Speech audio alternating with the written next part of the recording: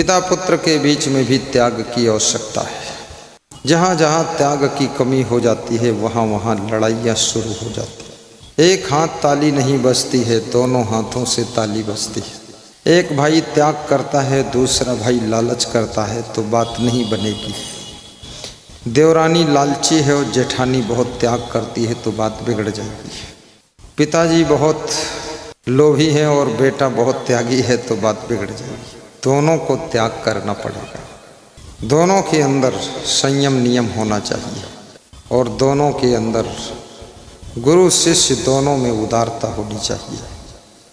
प्रेम का भी यही हाल है।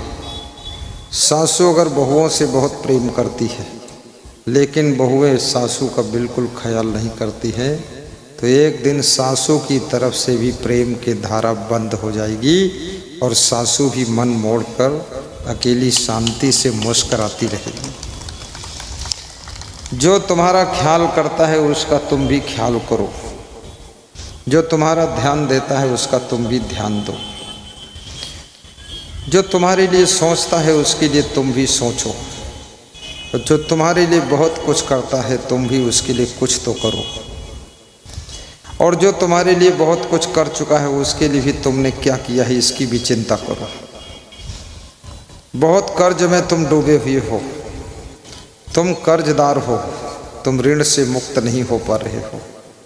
सबसे बड़ा कर्ज तुम्हारे ऊपर तुम्हारी माँ का है, जिसने 9 महीने तुमको अपने पेट के भीतर स्थान दिया था। धिक्कार है उन लोगों को जो अपनी माँ को घर में भी स्थान नहीं दे पाते हैं और माँ बाप को घर से निकाल कर वृद्धाश्रम में डाल देते हैं। ऐसे लोगों के लिए ये संदेश है कि जो माँ तुमको पेट में स्थान देती है और अपने आंचल का दूध पिलाती है, उस माँ को तुम गाय भैंस का भी दूध नहीं पिला पाते हो। उस माँ का ख्याल करो, उसके तुम कर्जदार हो। उस पिता का भी ख्याल करो जिस पिता ने तुम्हारा जिस दिन से जन्म हुआ उस दिन से उसने अच्छे कपड़े नहीं पहने, पैसे जोड़ रहा तुम्हारे लिए, अच्छे जूते चप्पल नहीं पहना है, अच्छे बिस्तर नहीं खरीदे, पुरानी चादर बिछा के सोता रहता है। मैंने बहुत से माता पिता के कमरों में जा कर के उनके बेड का गद्दा देखा, सब घोसड़ फोसड़ गद्दा है और चादर भी उलुल जुलुल है, लेकिन बेटे को फीस साल में 5 लाख दे रहे हैं। बेटा देहरादून, दिल्ली, बेंगलोर, बॉम्बे पढ़ रहा है, पटना में पढ़ रहा है। आशा यही है कि बेटी हमारी पढ़कर टॉप कर जाए, नीट की परीक्षा में निकल जाए, IAS UPSC क्रॉस कर दे, MBBS डॉक्टर बन जाए। माँ बाप दोनों अपने बेटा और बेटी के लिए जी रहे हैं। बेटा और बेटी के ऊपर कितना कर्ज होता जा रहा है। माँ बाप जितना अपना फर्ज अदा कर रहे हैं उतना बेटा बेटी कर्ज में डूबते चले जा रहे हैं। तो इस कर्ज को कैसे अदा करोगे? ऐसा कोई काम ना करो जो माँ बाप को शर्मिंदा होना पड़े। ऐसी कोई गलतियाँ ना करो जिससे माँ बाप को सर नीचे झुकाना पड़े, और फेल हो करके वहाँ से मत लौटो जो उनका मन दुखी हो जाए। जिस उद्देश्य से गए हो साधना कीजिए, तपस्या कीजिए, त्याग कीजिए और मेहनत करके पढ़िए। कितने विद्यार्थी बेंगलोर पढ़ने जाते हैं और वहाँ पर 18 घंटे सोते रहते हैं। कितनी लड़कियाँ दिल्ली में पढ़ती हैं, वहाँ 12-12 घंटे खूब सोती हैं। माँ बाप समझ रहे हैं पूरी किताब घोंट के पी गया है और वो पूरा सब दिन रात सो गया है। अधिक सोने वालों की बुद्धि भी सो जाती है और समय बर्बाद हो जाता है, और 7 घंटे से कम सोने वालों की स्मरण शक्ति घट जाती है, और 8 घंटे से ज़्यादा सोने वालों की बुद्धि भी कम हो जाती है। इसलिए 7 घंटे से कम मत सोइए और 7.5 से ज़्यादा मत सोइए। अधिक सोने से भी टाइम बर्बाद होता है और कम सोने से स्वास्थ्य बर्बाद होता है। अधिक खाने से बुद्धि कम हो जाती है और कम खाने से बुद्धि बढ़ जाती है। इसलिए भोजन कम कीजिए, चबा चबा कर कीजिए। चिंता करने से बुद्धि का स्मरण घट जाता है, प्रसन्न रहने से बुद्धि की मेमोरी बढ़ जाती है। इसलिए थोड़ा प्रसन्न भी रहा करो, समय पर कार्य को पूरा कर लो और एडवांस बिफोर मैनेजमेंट करना सीखो। पहले से ही सब व्यवस्था की सेटिंग रखो। जब पगड़ी सबको सम्मान में लगाना है तब जा कर के वहाँ सहरसा में पगड़ी खरीदने गए हैं। ये उल्टा पल्टा मैनेजमेंट है। 3 दिन पहले ही बोरी भर के ले आओ और यहाँ निकालो पगड़ी, 10 फादिल ले आओ, कोई और व्यक्ति मिल जाए उसको भी पगड़ी लगा दो। ये सब ऐठा वालों का मैनेजमेंट मुझको अच्छा लगा। 10-15 पगड़ी फादिल भी लाए थे कि कोई और दानी निकल आए दमदार व्यक्ति तो एक पगड़ी और लगा देंगे उसके। कुछ हमारे भक्त आए थे बाहर से, दूर दूर से, उनका भी सम्मान हो गया। याद रखना, मैनेजमेंट जिसका गड़बड़ होता है उस व्यक्ति को चिंता और टेंशन का शिकार होना पड़ता है। जो व्यक्ति समय पर अपने कार्यों को, कर्तव्यों को पूरा नहीं करता है उसको भी तनाव में रहना पड़ता है। और जो व्यक्ति उल्लुल जुल्लुल काम करता है उसको भी चिंता का शिकार होना पड़ता है। इसलिए काम भी सही कीजिए, डिसीजन सही कीजिए और फैसला सही लीजिए और समय पर कार्य को पूरा भी करिए। टाल मटोल करना छोड़ दीजिए, आलस्य को विदा कर दीजिए, पुरुषार्थ से अपने जीवन का श्रृंगार कीजिए और मेहनत के पुजारी बन जाइए। भगवान भी मेहनत करने वालों का साथ देता है और आलसी का साथ तो दुनिया भी छोड़ करके चल देती है। इसलिए परिश्रमी बनना चाहिए इंसान को। बोलिए सदगुरु भगवान की जय, सदगुरु कबीर साहेब की जय। अपने शरीर को स्वस्थ रखने के लिए भी चिंता कीजिए। कोई अगर सोचता है केवल हम दवाई से स्वस्थ हो जाएंगे, उसकी बहुत बड़ी भूल है। जो डॉक्टर सबको दवाई देता है वो खुद बीमार है। 2 डॉक्टर मेरा प्रोग्राम कराया, उन्होंने गोसाईगंज लखनऊ शहर से। उनके पिताजी बहुत अस्वस्थ थे, लंगड़ा के चलते थे। तो मैंने उनसे पूछा, पिताजी लंगड़ा रहे हो, दोनों MBBS हो, तो इनका कुछ करो इलाज। बोले इनको मैं इनको भगवान नहीं ठीक कर पाएंगे, क्योंकि मैं मना करता हूँ ये मत खाना, वही खाते हैं। मैं दवाई देता हूँ उसको बाथरूम में डाल देते हैं, शौचालय में और व्यायाम कहता हूँ तो हिलते दुलते नहीं। और मना करता हूँ मीठा मत खाना तो चुरा के खा लेते हैं। और ज़्यादा मना करूँ तो डंडा लेकर हम पर दौड़ते हैं, सारी डॉक्टरी हमारी निकाल देंगे। अब ऐसे लोग कैसे स्वस्थ होंगे? स्वस्थ रहने के लिए व्यायाम आवश्यक है, स्वस्थ रहने के लिए गहरी नींद आवश्यक है, स्वस्थ रहने के लिए प्रसन्न रहना आवश्यक है, स्वस्थ रहने के लिए चिंता त्याग करना आवश्यक है, स्वस्थ रहने के लिए संपन्न होना भी आवश्यक है, और स्वस्थ रहने के लिए याद रखना भक्ति करना भी आवश्यक है, और स्वस्थ रहने के लिए संयम नियम इंद्रियों पर होना आवश्यक है। जो इंद्रियों का भोगी बन जाता है वो व्यक्ति स्वस्थ नहीं रह सकता है, और जो व्यक्ति बहुत चिंता में डूबा रहता है वो भी स्वस्थ नहीं रहता है। तनाव सब बीमारियों की जड़ है, कब्जियत सारे रोगों की जड़ है, बैठे रहना सारे रोगों का इंतजाम है, और चलते रहने से बीमारी भी चलकर चली जाती है, और बैठे रहने से बीमारी आकर के तुम्हारे भीतर बैठ जाती है। इसलिए सवेरे उठ करके थोड़ा चलना शुरू करो, बैठे मत रहो, चलना बहुत जरूरी है। हर व्यक्ति को चलना चाहिए। कितने साधुओं को मैं देखता हूँ जिंदगी में पाप कुछ नहीं किया, ना पाप किया है, कुछ नहीं, बड़े अच्छे, लेकिन बड़े बीमार, भारी रोग, क्योंकि खाते बहुत है। पेट ऐसा निकल गया जैसे इंडिया गेट हो गया। उस पेट को रखने के लिए अलग से टेबल लगाते हैं, उस पर पेट बैठा है स्वयं और स्वयं जो है कुर्सी पर बैठे हैं, पेट टेबल पर बैठा है, और सामान रखने के लिए दूसरी टेबल आ गई। अरे बाबा जी इतना क्यों खा रहे हो भाई?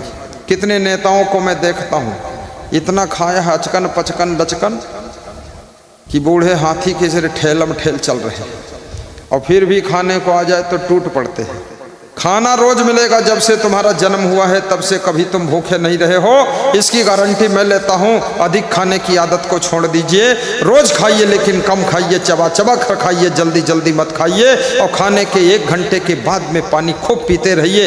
एकदम यूरिन साफ होना चाहिए, सारी बीमारी साफ हो जाती है। मलमूत्र जिसका साफ होता है उसकी बीमारी साफ हो जाती है, जिसका मलमूत्र साफ नहीं होता है उसके भीतर बीमारी बैठ जाती है। इसलिए पेशाब भी खूब होना चाहिए। कितने लोग पेशाब जाने के डर से पानी ही नहीं पीते, वो सोचते बार बार पेशाब जाना पड़ेगा इसलिए पानी मत पियो। अरे पेशाब जाने पड़ेगा तो क्या किराए का इंजन है, चले जाना पेशाब। आलसी कहीं का पेशाब भी नहीं जाना चाहता। तेरे लिए पेशाब कोई भैंस जाएगी, ये भैंसा जाएगा, अपनी पेशाब खुद जाओ। कितना नंबर 1 का आलसी आदमी है। पानी खूब पियो और भोजन कम करो। और ये भी याद रखना, गहरी नींद सो, नींद का सुख भी लीजिए। कौन सा अपराध है जो सो नहीं पा रहे हो? 4 बजे सवेरे कभी मत उठो। ट्रेन पकड़ना है तब उठो, हवाई जहाज पकड़ना तो उठो, कुछ इमरजेंसी घटित हो गई तो उठो, नहीं 4 बजे सोइए। सूरज उदय होने से आधा घंटे पहले उठिए। 4 बजे वो मीठी नींद आती है जिसका वर्णन नहीं किया जा सकता है। 3 बजे गहरी नींद का सुख लीजिए। अंदर से भी दरवाज़ा बंद कर लीजिए और अंदर से ताला लगा लीजिए। सीढ़ी वाले दरवाजे भी ताला लगा लीजिए। लेकिन अगर कंगाल ही हो तो ताला की ज़रूरत नहीं। जब दरवाजे नहीं तो ताला क्या लगाओगे? और चोर ले भी क्या जाएगा जब कुछ है ही नहीं तुम्हारे पास? लेकिन सब मेंटेनेंस करके सोइए। तो कबीर साहब कहते हैं, भक्ति से सत्संग मिलता है और सत्संग से भक्ति बढ़ती है और भक्ति से धीरे धीरे मुक्ति मिलती है। भक्ति से ही शांति मिलती है, भक्ति से ही सुख मिलता है। भक्ति से मन की उलझन समाप्त होती है और सत्संग से धीरे धीरे मन शांत हो जाता है। इसीलिए लोग सत्संग सुनने आते हैं। लोगों को पता नहीं है जिसके सत्संग से मन को शांति मिलेगी उसी के सत्संग में लोग बैठेंगे, और जिसके सत्संग से कुछ मिलने वाला नहीं है 100-100 रुपया उनको दोगे तो भी नहीं बैठेंगे। इसलिए याद रखना, सत्संग भी सत्संग जैसा होना चाहिए। सत्संग बकवास नहीं होना चाहिए और साधु संत को अपने दायरे के अंदर बोलना चाहिए, फालतू बात नहीं बोलना चाहिए। सबकी निंदा करने की आदत भी छोड़ना चाहिए। कितने लोग ऐसे हैं साधु संत वक्ता कि वो सबकी बुराई ही करते रहते हैं, और जो सबकी बुराई करता है उसकी वाणी का तेज खत्म हो जाता है। इसलिए थोड़ा ऐसी बात बताओ जो आपकी वाणी इतनी मधुर हो जाए, लोगों को आनंद आ जाना चाहिए, लोगों को सुकून मिलना चाहिए, लोगों को प्रसन्नता मिलनी चाहिए, मन की उलझी हुई गुत्थियों का समाधान होना चाहिए। संतापात भ्रस्यते रूपम संतापात भ्रस्यते बलम संतापात भ्रस्यते ज्ञानम संतापात व्याधिम इच्छति। संताप करने से मनुष्य का सुंदर रूप नष्ट हो जाता है। संताप किसे कहते हैं? संताप टेंशन को कहते, तनाव को कहते, चिंता को कहते हैं। चिंता करने से आपका शरीर बहुत जल्दी बदसूरत हो जाएगा। इसलिए आप देखते हैं शादी होने के बाद बहुत जल्दी लोग बदसूरत होने लग जाते हैं। जितनी स्त्रियां बहुत चिंता करती हैं उनका भी चेहरा बिल्कुल चुड़ैल जैसा हो जाता है, और जितने पुरुष बहुत चिंता करते हैं भूत प्रेत जैसा मुंह हो जाता है। और चिंता करके मिलने वाला कुछ नहीं है, आखिरी में चिता ही मिलनी है। इसलिए चिंता करना छोड़ो, काम करना शुरू करो, ठीक से मेहनत करो, ठीक से डिसीजन लो और ठीक से एक्शन लो, ठीक से टाइमिंग से काम करो। वर्किंग टॉप की होनी चाहिए। उल्टा पलटा काम करना भी बंद करिए। सोने के समय सोइए, काम के समय काम कीजिए, खाने के समय खाइए, हंसने के समय हंसिए भी, और सत्संग के समय सत्संग भी सुनिए। इतना आफा काफा लाफा जाफा में मत उलझिए कि 1 मिनट सत्संग सुनने का टाइम ही नहीं है। कोई भूत बनकर पैदा हुए हो क्या? दिन रात तेली के बैल भयो, कोल्हू में पेरे जा रहे हो? समय निकाल कर सत्संग भी सुनो, थोड़ा आनंद की जिंदगी जियो। इस दुनिया में कितना भाग लो, दौड़ लो, उलझ लो, पुलझ लो और खूब अंधी दौड़ में दौड़ते रहो, माया की दौड़ में, लेकिन अंत में रिजल्ट वही मिलना है। ना कोई धन्यवाद देने वाला है, ना कोई शुभकामना करने वाला है। घर के लोग जिनके लिए तुम मर मिटे वह लोग भी तुमसे नाराज ही रहेंगे। इसलिए अपनी जिंदगी की मस्ती और भक्ति खो करके जिंदगी मत जियो। जिंदगी में मस्ती और भक्ति बनाए रखो, तब दूसरों के लिए कुछ काम करो। बोलिए सद्गुरु भगवान की जय। जहाँ दिल को बात छू जाए वहाँ ताली जोर से बजा दो। जहाँ मन को बात छू जाए तो थाली धीरे बजा दो। जहाँ आत्मा को छू जाए वहाँ धड़ धड़ धड़ धड़ ताली बजा दो। और जहाँ कहीं छुए ही ना तो तुम सो जाओ।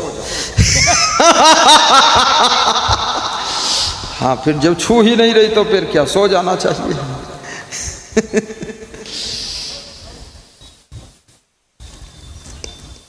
अरब खरब लो द्रव्य हो, उदय अस्त लो राज। कबीर वाणी है ये।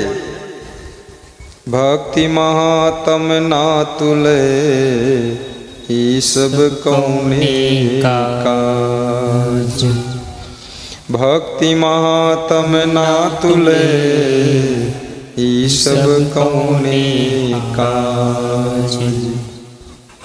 बने जो कुछ धर्म कर ले, यही एक साथ जाएगा। गाइए सलखुआ वाले। कुछ धर्म तुम्हारे गांव में भी 2 दिन प्रवचन करूंगा, खड़े हो जाओ, देख ले लोग साथ जाएगा। ये देखिए दोनों मूर्ति को ढोल लिया हूँ, राम लक्ष्मण की तरह मिल गए हमको। अब इनके यहाँ भी हमारा यज्ञ होगा। ये सलखुआ पास में बाजार है, यही नाव है ना सलखुआ, इनके यहाँ होगा। दमादम मस्त कलंदर, अगला इनका नंबर। सेवन दास, चंद्री दास, सखी साबास कलंदर, दमादम मस्त कलंदर, और अगले साल सलखुआ का नंबर। हाँ। आज सलखुआ के लोग सवैठा में बैठकर प्रवचन सुन रहे हैं। अगले साल 2027 में सवैठा और भौरा के लोग सलखुआ में बैठकर प्रवचन सुने। याद रखना, आज गंगा तुम्हारे द्वार पर बह रही है, कल गंगा दूसरे के द्वार तरफ भी मुड़नी चाहिए। ये सत्संग की गंगा, और एक दिन सहरसा शहर में भी सत्संग होना चाहिए। ये सासू बहू तमाम आई है, हिम्मत बांध लेना। ये खड़ी हो जा बहुओं सब, ये इनकी तरफ से सहरसा शहर में एक दिन लहर आएगी सत्संग की। हाँ बैठो, बहुत अच्छा माता लोग। और ये हमारे राजेश, इनका सत्संग होना है खगड़िया जिले में। 3 साल से बुकिंग चल रही, इनको टाइम ही नहीं मिलता। और सत्संग के समय पता नहीं क्या होता है, साधु संत इसको भूल जाते, टाइम नहीं देते। बहुत प्रेमी भगत है। सत्संग गांव गांव में होना चाहिए, क्योंकि जिस गांव में सत्संग होता है उस ग्राम वालों को सत्संग सुनने में ज़्यादा सुविधा रहती है। वहाँ के बच्चे, बूढ़े, जवान, माता, बहन, दीदी जी, फुआ जी, बुआ जी सब आ जाते हैं। और जिस गांव में सत्संग नहीं होता उस गांव से इने गिने लोग आ पाते हैं, 10-20 लोग। इसलिए सब गांव में गुरु जी का सत्संग होना चाहिए। जब तक तुम्हारा गुरु बूढ़ा ना हो जाए तब तक इससे सत्संग करवाना ही है। बिहार की गली गली में गंगा ज्ञान की बहनी चाहिए, और बिहार के हर व्यक्ति के दिलों में गुरुदेव का आशीर्वाद पहुंचना चाहिए, और सबका कल्याण होना चाहिए। अभी थोड़ी देर पहले एक माता जी को माइक दी गई थी कि अपने भावों को व्यक्त करो। वही मेरे चरण छू करके रोने लगी, तो मैंने कहा मत रो माता जी। बोले पूरा गांव हमको मारने आया था, और हम तुम्हारा नाम लेकर के अकेले एक तरफ खड़ी थी, दूसरी तरफ पूरा गांव खड़ा था, और मेरा कोई अंगुली नहीं हिला पाया, इसलिए मैं रो रही हूँ। असंग देव भगवान है, सब चक्र सुदर्शन थाम लिया। तो रो रही थी खुशी में। गुरु के नाम से भी काम होता है, गुरु के आशीर्वाद से भी काम होता है। क्योंकि रामायण में साफ साफ लिखा हुआ है, तुम भूल जाओ तो हम याद करा देंगे। गीता में लिखा है, मैं बता दूंगा। यदा यदा ही धर्मस्य ग्लानिर्भवति भारत अभ्युत्थानम् अधर्मस्य तदात्मानं सृजाम्यहम् परित्राणाय साधूनां विनाशाय च दुष्कृतां धर्म संस्थापनार्थाय संभवामि युगे। जब जब हो ही धर्म की हानि, बाढ़े असुर अधम विमानी, तब तब प्रभु धरि मनुष्य शरीरा, हरे सकल सज्जन भव पीरा। मनुष्य का रूप धारण करके भगवान धरती पर आते हैं। कभी संत के भेष में आते हैं, कभी सदगृहस्थ के भेष में आते हैं, और कभी किसी और रूप में आते हैं, ऋषि मुनि के रूप में आते हैं। लेकिन भगवान हर काल में, हर समय, हर सदी में भगवान जरूर आते हैं। नहीं तो ये धरती आज तक कायम नहीं रहती, खिसक जाती। इस धरती के पाप मिटाने को गुरुदेव हमारे आए हैं, और जन जन का कल्याण करने को भगवान हमारे आए हैं, भगवान हमारे आए हैं। भक्तों का दुख हरने को गुरुदेव हमारे आए हैं। भक्तों का दुख हरने को गुरुदेव हमारे आए हैं। धरती से पाप मिटाने को ये संत दुलारे आए हैं। धरती से पाप मिटाने को ये संत दुलारे आए हैं। जन्मजात गुरु का अवतार होता है। ये बीच में जो जबरदस्ती गुरु बनना चाहते हैं उनकी पिटाई भी बहुत होती है। और जो पूर्व जन्म से जो संस्कारी आत्मा अवतार लेती है वही सबके मन के मैल को धुल करके निर्मल बनाती है और उसमें एक भी अवगुण नहीं फटकता है। निर्मल जीवन उसका होता है, कमल जीवन होता है, धवल जीवन होता है, सरल जीवन होता है। ऐसा महान पुरुष जिसको दर्शन दे दे उसके सोए हुए भाग्य भी उदय हो जाते हैं। गुर सेवा, जन बंदगी, सत्संगत, बैराग, ये चारों जब ही मिले तब जानो बड़ भाग। बड़ा भाग्यशाली कौन है? जिसको गुरु की सेवा मिल जाए। कैसा गुरु होना चाहिए? गुकार रस से अंधकार, रस रुका रस तन निरोध कृत अंधकार विनश्चित्वात् गुरु नित्य विधीयते। जो अंधकार से प्रकाश की ओर ले जाता है उसका नाम गुरु है। जो अवगुणों से सद्गुणों की ओर यात्रा कराता है उसका नाम गुरु है। जो अज्ञान से ज्ञान की ओर हमको लेकर चलता है उसका नाम गुरु है। और याद रखना, जो बुराइयों से अच्छाइयों का रास्ता हमें दिखाता है उसका नाम गुरु है। और जो हमें दुख से सुख की ओर चलना सिखाता है उसका नाम गुरु है। और उसी गुरु से कल्याण शुरू होता है।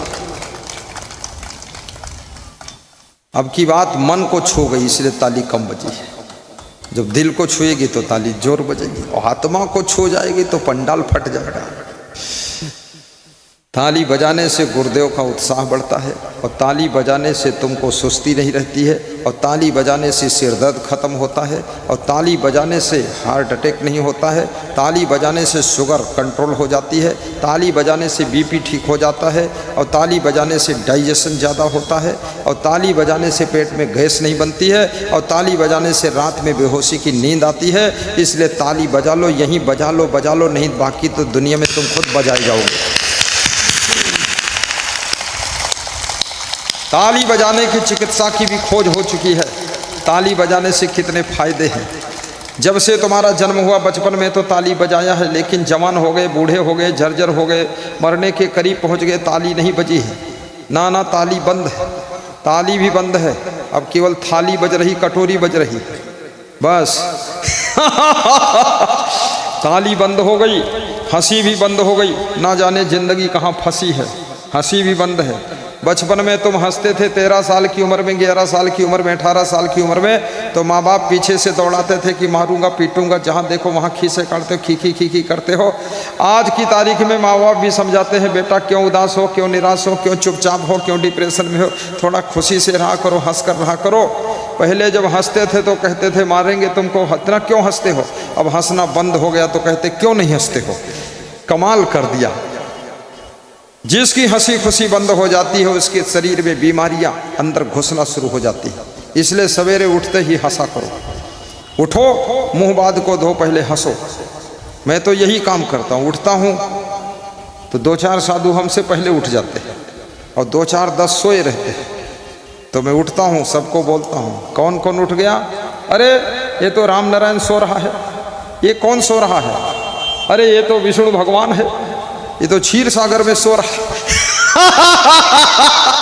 तो वो भी हंसता है और मैं भी हंसता हूं, रोज हंस देता हूं। कारण से तो सब लोग हंसते हैं, जो बिना कारण हंसे वही असली हंसी अपनी होती है।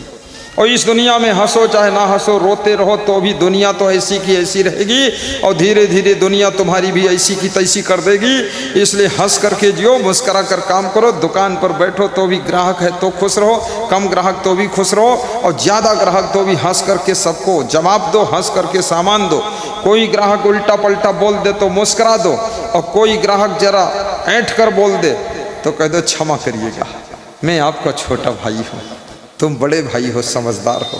कभी दुकान खोलना तो आपको भी ज्ञान हो जाएगा। सबके साथ में तालमेल बिठाइए और जिंदगी को मधुर बनाइए। मधुरम मधुरम मधुरम जीवन होना चाहिए। गुरु की सेवा जिसको मिले और जिस व्यक्ति को जन बंदगी यानी जन कल्याण के कार्य जिसको करने का मौका मिले, परोपकार करने का अवसर मिले। स्वार्थ के लिए तो पशु पक्षी भी जी लेते हैं, जो परमार्थ के लिए जिए उसे ही मानव कहते हैं। जो जिंदगी का कुछ समय धर्मार्थ के लिए खर्च करे उसे महामानव कहते हैं। और जो अपनी जिंदगी जन जन के कल्याण के लिए समर्पित कर दे, उसको देव मानव कहते हैं। जो अपने लिए ही सोचता है, अपने लिए ही जीता है, अपने लिए ही कमाता है, वो पशु पक्षियों से भी नीचे गिरा हुआ प्राणी है। चाणक्य ने उसको कहा है कि येषाम न विद्या न तपो न दानम न चापशीलम गुणो न धर्मा ते मृत्यु लोके भूई भार भूता मनुष्य रूपेण मृगाश्चरन्ति। जिसके पास विद्या नहीं है, ज्ञान नहीं है, गुण नहीं है, कला नहीं है, तप नहीं है, जिसके पास भक्ति नहीं है, वो धरती पर ऐसे भार के रूप में है जैसे बिना सींग और पूंछ का जानवर होता है। ये 2 पैर का जानवर है, ये 4 पैर के जानवर से भी ज़्यादा खतरनाक है। जब ऐसे लोगों को चाणक्य ने जानवर कहा तो जानवरों ने चाणक्य के सामने खड़े होकर विरोध किया कि मनुष्य को जानवर मत कहो, ये मेरी लाइन में बैठने योग्य नहीं है, ये तो बहुत ज़्यादा ही भ्रष्ट है। तो चाणक्य ने कहा जानवर भी नहीं बन सकता ये? बोले जानवर बनना भी बहुत कठिन है, ये जानवर नहीं है, उससे भी नीचे गिरा। तो क्या कहूँ? बोले चाहे जो कुछ कहो लेकिन जानवर मत कहना। बोले क्यों? बोले जानवर किसी खेत में घुसेगा तो पेट भर खा लेगा, चुपचाप निकल जाएगा, लेकिन ये नालायक मनुष्य जिसके खेत में घुसेगा पूरा गठरी बांध कर पूरी फसल उजाड़ कर तब निकलेगा। ये जानवर से भी गिरा गुजरा प्राणी है। और जानवर कभी दारू नहीं पीता, ये तो दारू भी पीता, ये बीड़ी पीता, गांजा पीता, चरस पीता, तम्बाकू और भांग और शिखर पुड़िया और कौन कौन माटी गोबर सब खाता है। और मैं जानवर हूँ, मैं ये कुछ भी नहीं करता हूँ, इसको जानवर कहोगे मेरा अपमान हो जाएगा, इसको कुछ और कहो, नालायक को जानवर मत कहना। जानवर भी अपनी लाइन में तुमको बिठाना नहीं चाहते, इतना नीचे गिर गए। पाकिस्तान से कौवा अगर हिंदुस्तान आना चाहता है, कोई उसको वीजा परिचय पत्र दिखाने, इनॉग्रेशन कराने की ज़रूरत नहीं है। और हिंदुस्तान का अगर शेर पाकिस्तान जाना चाहता है, कोई उसका जांच पड़ताल नहीं है। लेकिन पाकिस्तान का आदमी हिंदुस्तान आना चाहे, हिंदुस्तान का आदमी पाकिस्तान जाना चाहे तो पूरी जांच होती है, उसका सब कुछ देखा जाता है, आईडी कहाँ है, कौन है, क्या है, वीज़ा है कि नहीं है, परमिशन है कि नहीं है। क्योंकि शेर अगर आएगा हिंदुस्तान से पाकिस्तान में, शेर गया है तो ज़्यादा से ज़्यादा वहाँ जंगल का कोई जानवर मार कर खाएगा। लेकिन पाकिस्तान का आदमी अगर आतंकवादी हिंदुस्तान आ गया तो बॉम्बे में बम विस्फोट करेगा जिसमें हजारों लोग मर जाएंगे। इसलिए जानवर से भी खतरनाक जानवर ये 2 पैर का बिना सींग पूंछ का आदमी है। इस आदमी को जानवर भी कहना जानवरों का अपमान करना है। और कबीर साहब ये भी कहते हैं कि मानुष होकर ना मुआ मुआ सो डांगर ढोर, एक जीव ठौर नहीं लागा भया सो हाथी घोड़। साहब कहते हैं मुझे बहुत मज़ेदार बात याद आती है कि मनुष्य होकर के जन्म तो हो गया, मनुष्य के रूप में पैदा तो हो गए, लेकिन मनुष्य के रूप में मरे नहीं। मरते समय तक धीरे धीरे जानवर हो गए, ढोर हो गए, भैंसा हो गए। डांगर ढोर राजस्थानी भाषा है, राजस्थानी में ढोर कहते हैं। कबीर साहब भी कहते हैं, और जानवर ना कहे तो और क्या कहें, कुछ और शब्द भी तो नहीं, इसको बोलें क्या हम। इसलिए कबीर साहब कहते हैं जन्म तो मनुष्य के रूप में हुआ है, लेकिन मनुष्यता तुमको हासिल करना पड़ेगा। पंडित श्री राम शर्मा आचार्य गायत्री के प्रचारक ने कहा है मनुष्य के रूप में जन्म लेना है, ले लिया है तुमने, लेकिन मनुष्यता तुमको स्वयं कमानी पड़ेगी, हासिल करनी पड़ेगी। इसलिए याद रखना, पुत्र बनकर तो पैदा हुए हो, लेकिन पुत्र का कर्तव्य आपको खुद पालन करना पड़ेगा। माँ बाप तो बन गए हो, लेकिन माँ बाप का फर्ज अदा करने के लिए बड़ी तपस्या करना पड़ेगा। पत्नी बन करके तो आ गई हो, लेकिन पत्नी का धर्म निभाने के लिए आपको भी त्याग तप करना पड़ेगा। याद रखना, गुरु के शिष्य तो बन गए हो, लेकिन शिष्यत्व को पूरा करने के लिए आपको बहुत बहुत त्याग करना पड़ेगा। और गुरु तो बन गए हो, लेकिन गुरु कृपा बरसाने के लिए शिष्यों के ऊपर बड़ी करुणा करना पड़ेगा। और गुरु बने हो तो त्याग वैराग्य ब्रह्मचर्य से रहना पड़ेगा। ऐसे थोड़े गुरु ढोंगी गुरु, पाखंडी गुरु, आडंबरी गुरु, लफंगा गुरु, नंगा गुरु, दंगम दंगा गुरु, अरे चंगा गुरु बनो, ये नंगम नंगा गुरु बनता है, चुप्पे चुप्पे गांजा पीता है, बीड़ी पीता, सिगरेट पीता है, दिन भर में 10 चाय पीता है, किस मॉडल का तू गुरु है? तेरे से तो जानवर अच्छे जो एक भी चाय नहीं पीते हैं। गुरु में कोई नशा कोई आदत नहीं होना चाहिए, गुरु बिल्कुल फ्रेश होना चाहिए, क्योंकि गुरु हमारे जीवन का मॉडल होता है, आदर्श होता है, हमारे जीवन का नक्शा होता है, जिसको देख करके हम अपने जिंदगी के महल का निर्माण करते हैं। इसलिए गुरु को टाप का होना चाहिए, उसका आचरण भी टाप का हो, उसकी वाणी भी टाप की हो, उसका स्वभाव भी टाप का हो, और उसकी रहनी गहनी सब टाप की हो। वही गुरु आपकी जिंदगी का कल्याण कर सकता है। बोलिए सदगुरु भगवान की जय, सदगुरु असंगदेव भगवान की जय। कितना महात्मा ऐसा घूम रहा है, लेडीज को लेकर के घूम रहा है और भजन गाता है, मेरा चिमटा तेरी चूड़ियां एक साथ खन खाऊंगी, पागल कहीं का। ये सब बहुत गलत बात है। अरे संत महात्मा को भगवान राम ने भी कहा है कि मेरे से बड़ा स्थान साधु संत का है। 7वीं भक्ति में भगवान राम कहते हैं, सतुई सब मोह में जग देखे, मोते अधिक संत करी लेखे। 7वीं भक्ति सारे संसार के नर नारियों को मेरे समान देखना। भगवान को ये अहंकार नहीं है, वे कहते हैं मैं सबके समान हूँ। अर्थात नारियों में सीता का दर्शन करना, पुरुषों में पुरुषोत्तम राम का दर्शन करना।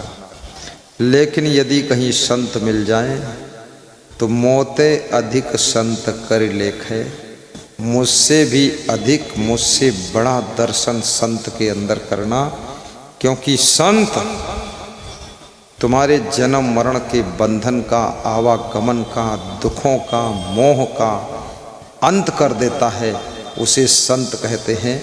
संत तुम्हारी जिंदगी को बसंत बना देता है, और भगवान तो केवल आशीर्वाद देता है, और संत तो तुम्हें मोक्ष ही दे देता है। इसलिए संत भगवान से भी बड़ा पता है। गुरु गोविंद दो खड़े, काके लागू पाए।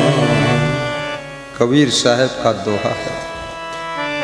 कबीर साहब से किसी भक्त ने पूछा है कि अगर गुरु भी खड़े हों, गोविंद भी खड़े हों, तो मेरा मन कन्फ्यूजन में है कि किसके पांव लगूं पहले, किसके पांव छूं।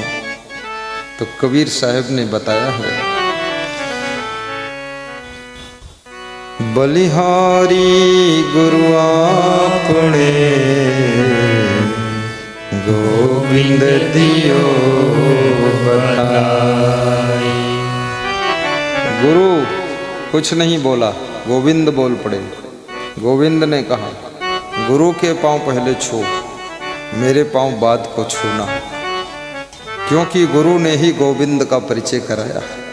अगर गुरु न मिलता तो कैसे तुम पहचानते ये गोविंद है। गोविंद का ज्ञान, भक्ति सिखाने वाला तो गुरु ही है, अच्छी राह बताने वाला तो गुरु है, भगवत महिमा फैलाने वाला तो गुरु ही है। इसलिए गुरु को पहले नमन वंदन करो।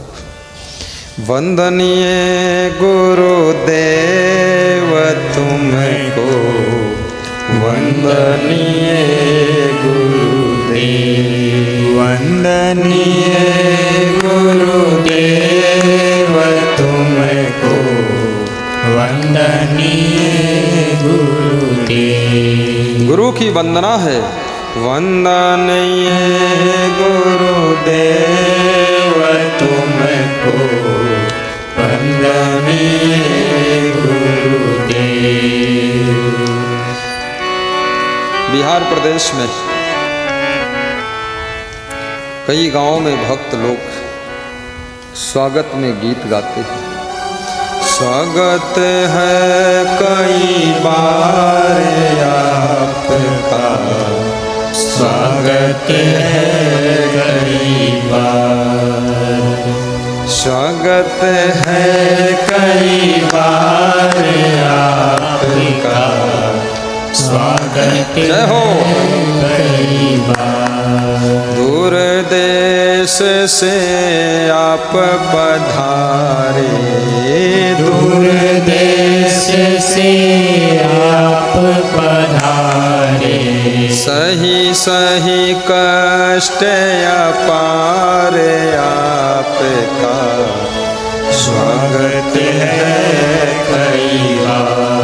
सही सही कष्ट अपार आपका, स्वागत है कई बार। स्वागत है कई बार आपका, स्वागत है कई बार। सेवा हम कछु कर न सकत है, सेवा हम कछु कर न सकते हैं, लज्जित है कई बार आपका, स्वागत है कई बार।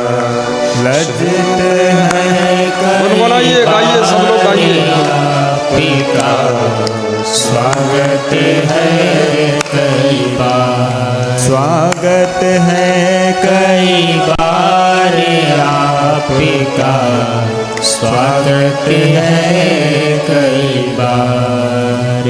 स्वागत है कई बार आपका, स्वागत है कई बार।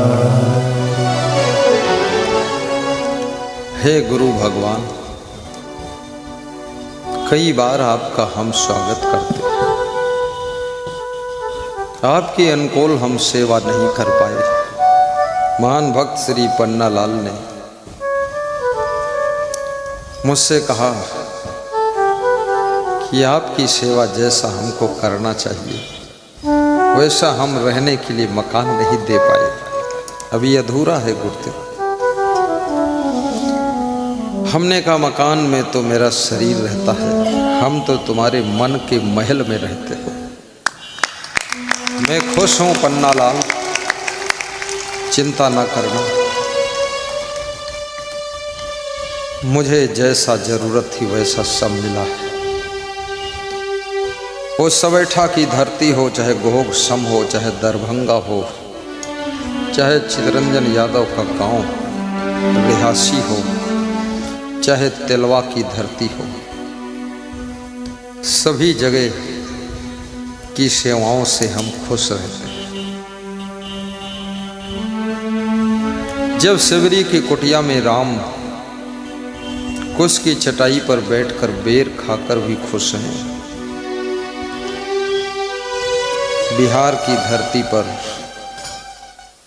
बेड पर विश्राम करके दाल चावल सब्जी रोटी मालपुआ खीर सेवई खा करके तो हम बहुत खुश हैं।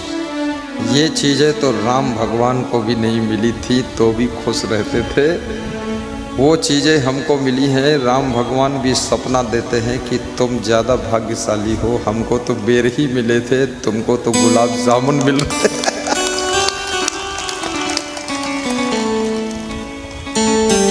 सेवा सराहनीय, केले का प्रसाद बट रहा है, कल बट चुका है, आज सबके लिए खीर का प्रसाद बना हुआ है। खीर अलग से बटेगी और इधर भंडारा अलग से बन रहा है। भक्त की सेवा ही भगवान की सेवा है, शिष्य की सेवा ही गुरु की सेवा है। भक्त खुश होते हैं तो भगवान आशीर्वाद देता है, शिष्य प्रसन्न होते हैं तो गुरु कृपा करता है। भगवान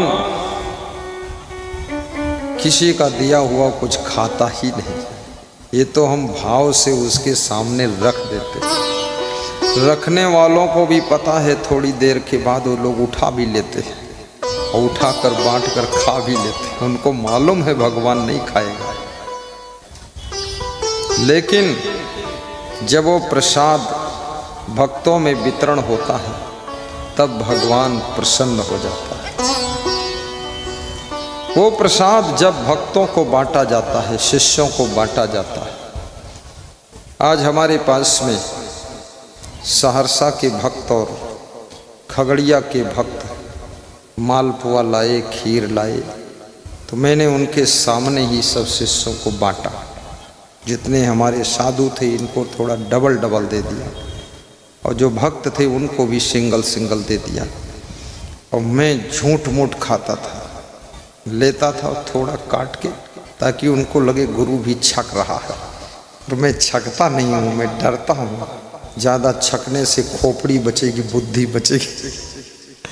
मुझे प्रवचन देना है, इसलिए मैं कम खाता हूँ। सबको वितरण हुआ। लाने वाले भक्त राजेश शाह, आरती शाह का मन गदगद हो गया कि गुरु ने तुरंत बांट दिया सबको। सेवा से बड़ा कोई तप नहीं। सेवा के भीतर प्रेम और त्याग और समर्पण छुपा होता है। जिसके अंतःकरण में प्रेम भरा है वही सेवा कर सकता है। जिसके हृदय में त्याग है वही दूसरों के लिए कुछ दे सकता है। और जिसके अंदर समर्पण है, आत्मा में समर्पण है, वही सबके लिए सौंप सकता है। इसलिए उन्नति का साधन सेवा है, जिससे ही आत्म शुद्ध होती। परलोभी मोही अभिमानी, सेवक पद पाना क्या जाने। कामी क्रोधी लालची, भक्त न इनसे होए। भक्त करे कोई सूरमा, जाति वर्ण कुल खोए।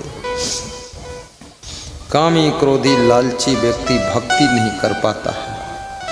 लालची व्यक्ति सोचता भक्ति करोगे तो इसमें कुछ खर्चा करना पड़ेगा। जो लालची होता है बड़ा कंजूस भी होता है। 4 प्रकार के लोग संसार में होते हैं। दानी होते हैं, उदार होते हैं, कंजूस होते हैं और मक्खी चूस होते हैं। दानी वह हैं, वो इंतज़ार करते रहते हैं कहाँ अच्छी जगह पर दान करूं, कुछ दे दूं, वो दानी है।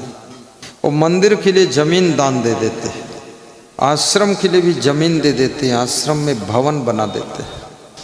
और जो उदार होते हैं उनका मन होता है अकेले नहीं खाऊंगा, दूसरों को भी खिलाऊंगा, भंडारा करूंगा। जैसे रंजीत यादव ने कल भंडारा किया था और परसों भंडारा मुखिया का हुआ था, पवन कुमार मुखिया। आज भंडारा का नंबर विधायक का था। क्या नाम है विधायक का? संजय कुमार विधायक, उसका नंबर है। आज नंबर मैं लगा दिया। अब नंबर में पता नहीं वो 10 नंबर न ले ले, तो कुछ फ़ोन वोन आया नहीं है। लेकिन याद रखना, सेवा उन्हीं को मिलती है जिनके बहुत बड़े पुण्य होते हैं। उनको सेवा नहीं मिलती है जिनके पुण्य कम होते हैं। पुण्य आत्माओं को ही सेवा करने का मौका मिलता है। धन तो सबके पास है, बहुत है। जिनके पास इतना ज़्यादा धन है कि काउंटिंग नहीं कर पा रहे, वे रात दिन धन का ही चिंतन करते हैं कि बैंक में है कितना, फिर भूल जाते तो फिर देखते हैं, और एक कौड़ी की सेवा नहीं कर पाते। सेवा तो वही करते हैं जो पुण्य आत्मा होते हैं। और सेवा के बिना ये धरती पर तुम भार के रूप में रहते हो, और सेवा करना अगर सीख गए तो धरती पर तुम त्योहार करते हो और धरती को तुम धन्य करते हो। ये धरती जब बहुत तप करती है तब जा कर के कोई सेवा करने वाले महान भक्त का जन्म होता है धरती पर। ये सबैठा की धरती ने भी बहुत बड़ा तप किया था, तब ये पगड़ीधारी, सोफाधारी, ये पाग लगाने वालों का जन्म हुआ। और ये 2026 में ये व्यवस्था प्री प्लानिंग थी कुदरत की कि 2026 में एक संत आएगा जो तुम्हारे गांव में ज्ञान की गंगा बहाएगा, हजारों लोगों को तृप्त करेगा। उनकी सेवा में भौरा और सबैठा गांव के लोग खड़े होंगे। याद रखना, मैं तो बिहार में बहुत खुश रहता हूँ। इसलिए खुश रहता हूँ, यहाँ के लोगों में मैंने एक चीज़ देखा है। तुमने देखा कि नहीं देखा मुझे पता नहीं, लेकिन मैंने देखा वो ये है कि यहाँ के लोगों में प्रेम बहुत होता है। बहुत मानते हैं गुरु जी को, बहुत मानते हैं। इंसान नहीं मानते, मनुष्य नहीं मानते, पूरा भगवान ही मानते हैं। लेकिन अगर गलत संत होगा तो उसको सुधार भी देते हैं। ये बात हमको बहुत पसंद आती है। साधु का भेष पहनकर गड़बड़ करे तो उसकी रिपेयरिंग और सर्विसिंग दोनों करते हैं।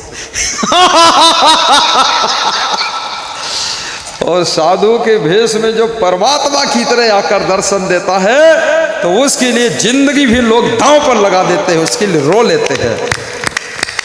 बिहार को महान संत की जरूरत थी, बिहार को त्यागी तपस्वी ब्रह्मचारी संत की जरूरत थी, एक साफ सुथरा महात्मा की आवश्यकता थी। और मैं तो कहता हूँ धर्म स्वरूप साहिब की कृपा से मैं उनके पास में 26 दिन रुका था। उन्होंने कहा था असंग साहब तुमको बिहार संभालना पड़ेगा। तो मैंने कहा मैं पूरा हिंदुस्तान संभाल दूंगा, बिहार में क्या छोटा ही है तो, ये तो मैं 2 ही महीने में इधर से उधर निकल जाऊंगा। बोले तुम्हारे में है सामर्थ्य। तो मैं 19 प्रदेशों में जाकर सत्संग करता हूँ और उत्तर प्रदेश के लोग भी बड़े सेवा भावी होते हैं, श्रद्धा बहुत रहती है। अखिलेश कुमार यादव पधारे भी है उत्तर प्रदेश से, गाजियाबाद से वीरेंद्र वर्मा जी स्वर्णकार एडवोकेट गाजियाबाद दिल्ली तरफ से आए थे।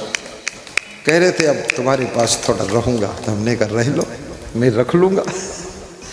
मैं तो रख लेता हूँ, किसी का मन उबा डूबा हो, दुखी हो, घर गृहस्थी में परेशान हो, घायल हो, तो 2-5 दिन हम रख लेते हैं कि थोड़ा तसल्ली हो जाए, शांति आ जाए, तब फिर घर को वापस चले जाओ। क्योंकि घायल का ट्रीटमेंट गुरु के पास ही होता है, दुखी आत्माओं का इलाज गुरु की शरण में होता है। जब उलझने घेर ले सब तरफ से तुम्हें, उलझने घेर ले सब तरफ से तुम्हें, तो क्या करोगे? कोई रास्ता नहीं है तो सदगुरु की शरण में चले आइए और 2-5 दिन रह करके सत्संग सुनकर आशीर्वाद ले करके फिर अपने घर मुस्कराते हुए लौट जाइए, अपनी गृहस्थी को संभालिए। क्योंकि गृहस्थ आश्रम एक जिम्मेदारी का आश्रम है। गृहस्थ आश्रम में जो जिम्मेदारी ठीक से नहीं संभालता बहुत पाप लग जाता है। क्योंकि गृहस्थ आश्रम के द्वारा ही भगवान का भी जन्म होगा, गृहस्थ आश्रम के माध्यम से ही गुरु का जन्म होगा, संत का जन्म होगा, महान का जन्म होगा, बुद्धिमान का जन्म होगा, प्रधानमंत्री मुख्यमंत्री का भी जन्म होगा। गृहस्थ आश्रम कोई साधारण है। माँ बाप को ये पता नहीं कि मेरे द्वारा कौन सी आत्मा जन्म ली है, इसलिए हर माँ बाप को चाहिए, गरीब हो अमीर हो जैसे हो, गलत खाना पीना छोड़िए और अपने बच्चों के लिए ज़रा चिंता फिक्र कीजिए, उनको अच्छा पढ़ाइए लिखाइए, संस्कार दीजिए। न जाने कौन सी बेटी कमाल करेगी आगे चलकर, न जाने कौन सा बेटा मुख्यमंत्री बनेगा इस देश का, प्रदेश का, और न जाने कौन सा बेटा महान संत बन करके पूरे विश्व के कल्याण का डंका बजाएगा। बोलिए सदगुरु भगवान की जय, कबीर साहेब की जय। कितने लोगों ने गृहस्थ आश्रम को तो बिल्कुल ऐसा समझा है कि ये बेकार ही है। याद रखना, यहीं से सबको निकलना पड़ता है, यहीं से, ज़्यादा काबिल मत बनो, यहीं से निकलना पड़ेगा। इसके अलावा रास्ता नहीं है दूसरा, जन्म यहीं से होगा।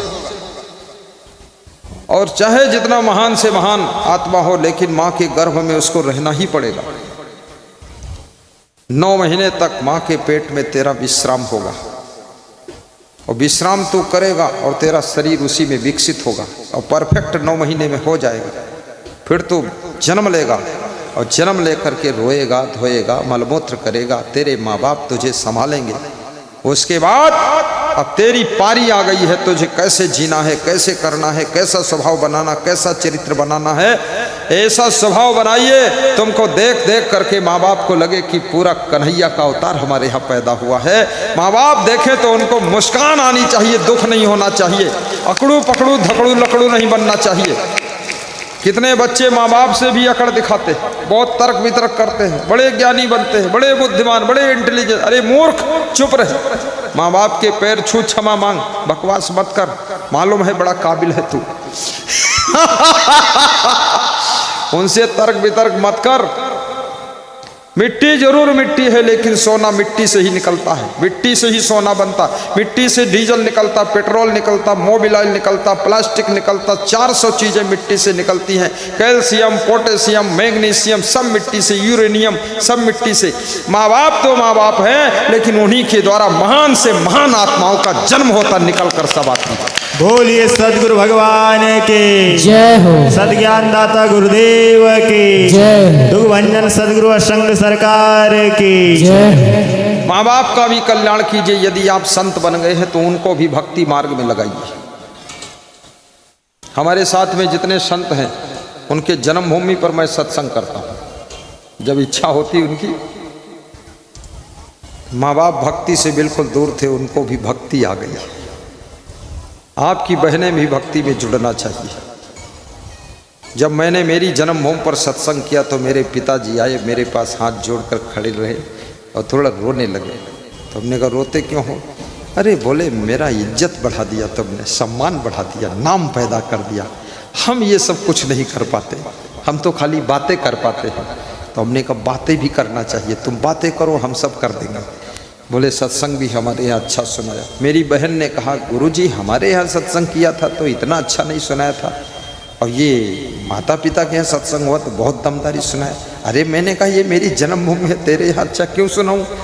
तो बोले अगली बार कराऊंगी तो ऐसे सुना देना। तो हमने कहा तो खिलाना कम तो सुनाऊंगा, ये खूब खिलाओगी अलवा जलवा तो पेट गड़बड़ हो जाएगा।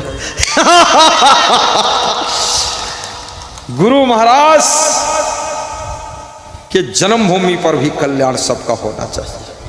माता पिता का भी उद्धार करो, संत बन गए उनका भी बेड़ा पार करो। जो संत बन जाता है, सही संत बनता है तो 21 पीढ़ियों को तार देता है, और जो टाप का संत बनता है 21 नहीं 21 लाख आत्माओं को तार देता है।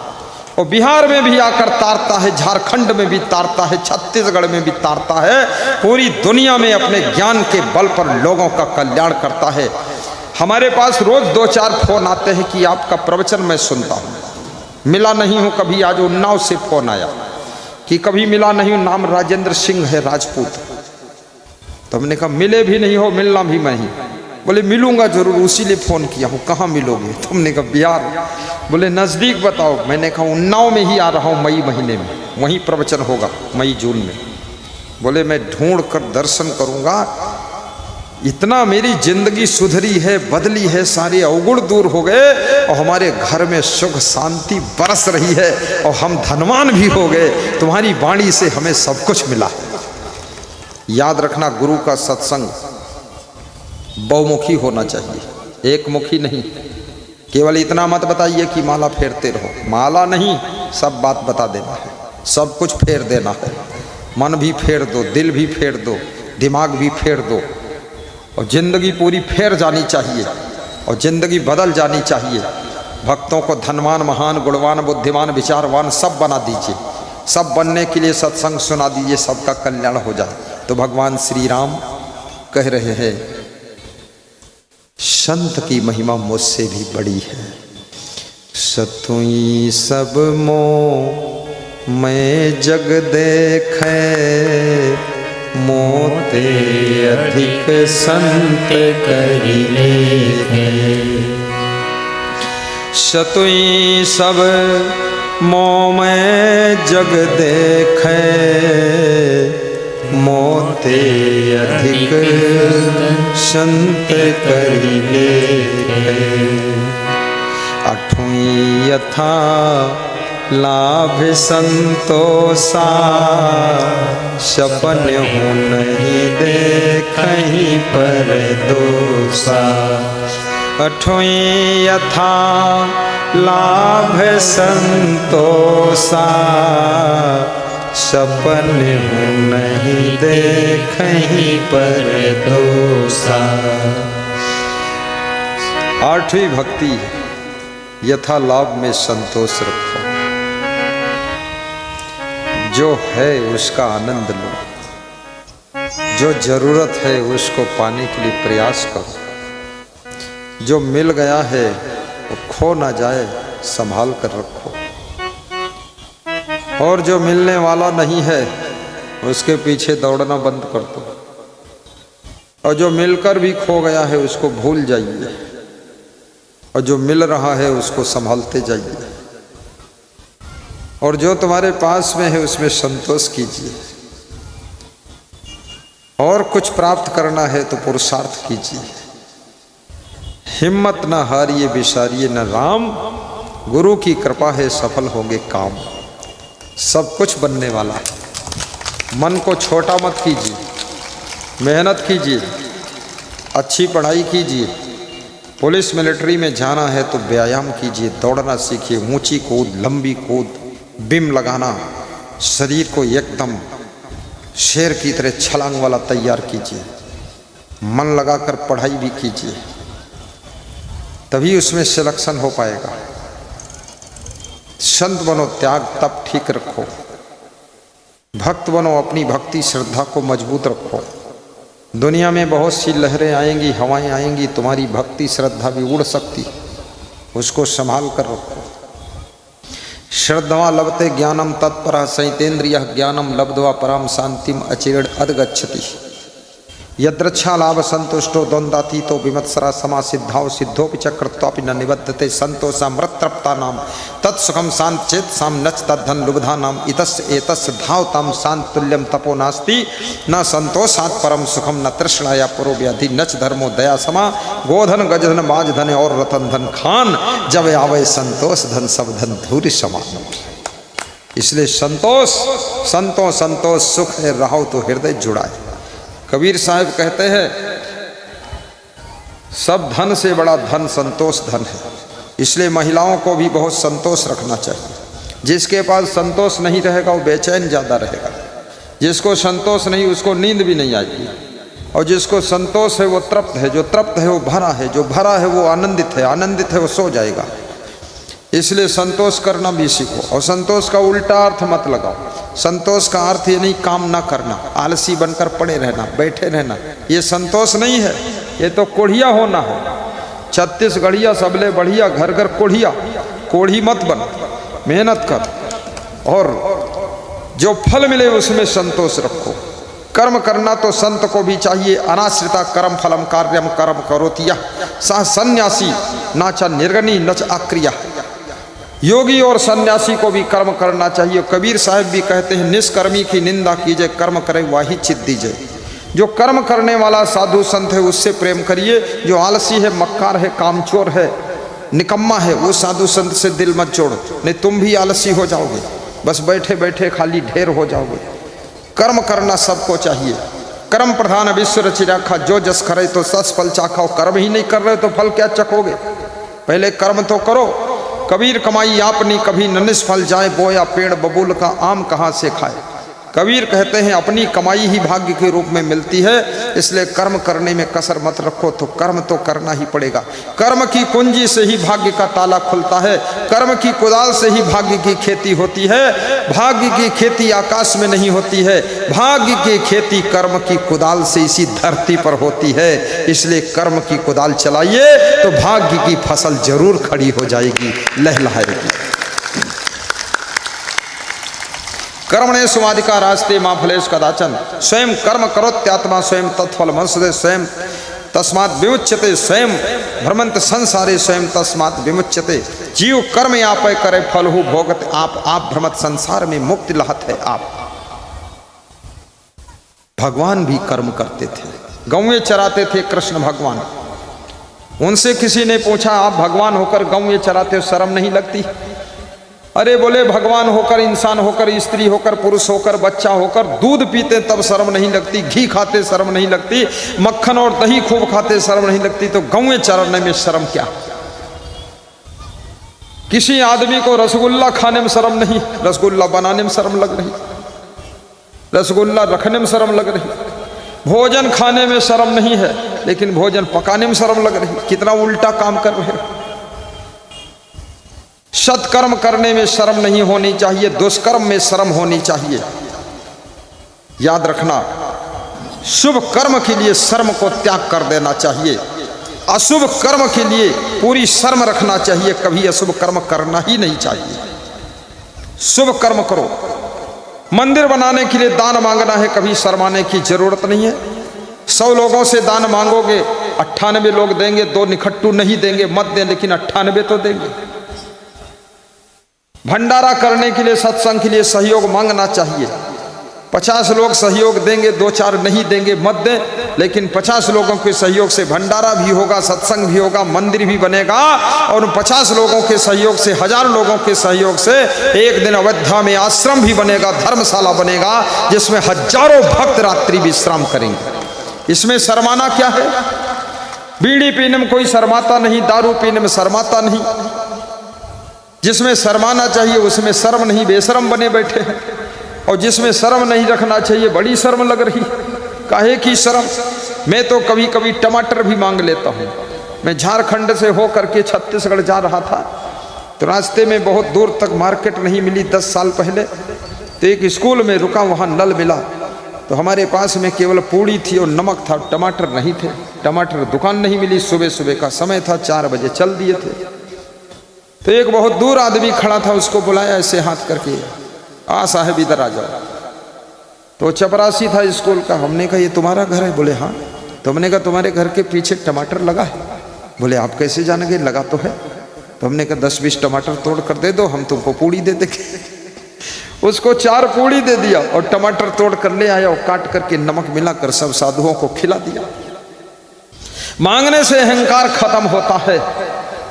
इसलिए भगवान ने भी मांग लिया था, नाव मांगा था। मांगा था कि नहीं मांगा था?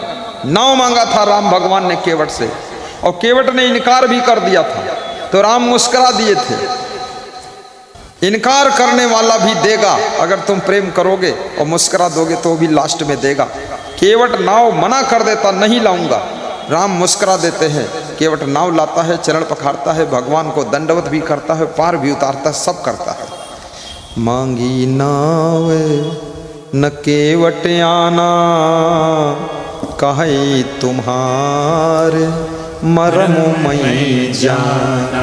अरे अहंकार भरी बात कर रहा केवट भगवान से, कहता तुम्हारा मरम मैं जानता हूँ। अरे तू भगवान का भगवान है क्या? भगवान से कह रहा तेरा मरम मैं जानता हूँ। भगवान का मरम तू जानता, अपना मरम तो मालूम नहीं, भगवान का मरम मालूम। कितनी घमंड भरी बात केवट ने कहा, तुम्हारा मरम जानते। तो भी भगवान मुस्कुरा दिए। कृपा सिंधु बोले मुस्काई, सोई करु जही तव नाम न जाई। कृपा सिंधु बोले मुस्काई, सोई करु जही तव नाम न जाई। और भगवान कृष्ण ने ग्वाल वालों से सहयोग मांगा था गोवर्धन पहाड़ उठाने के लिए। भगवान को भी जब सहयोग की जरूरत है तो याद रखना, हम तुम तो एक इंसान हैं, हमको आपको भी सहयोग की जरूरत है। और सहयोग मांगने से मिलता जरूर है। मांगो तो मिलेगा और दरवाजा खटखटाओ तो खुलेगा, ये याद रखना। और प्रेम करो तो सब कुछ हो जाएगा। जय हो।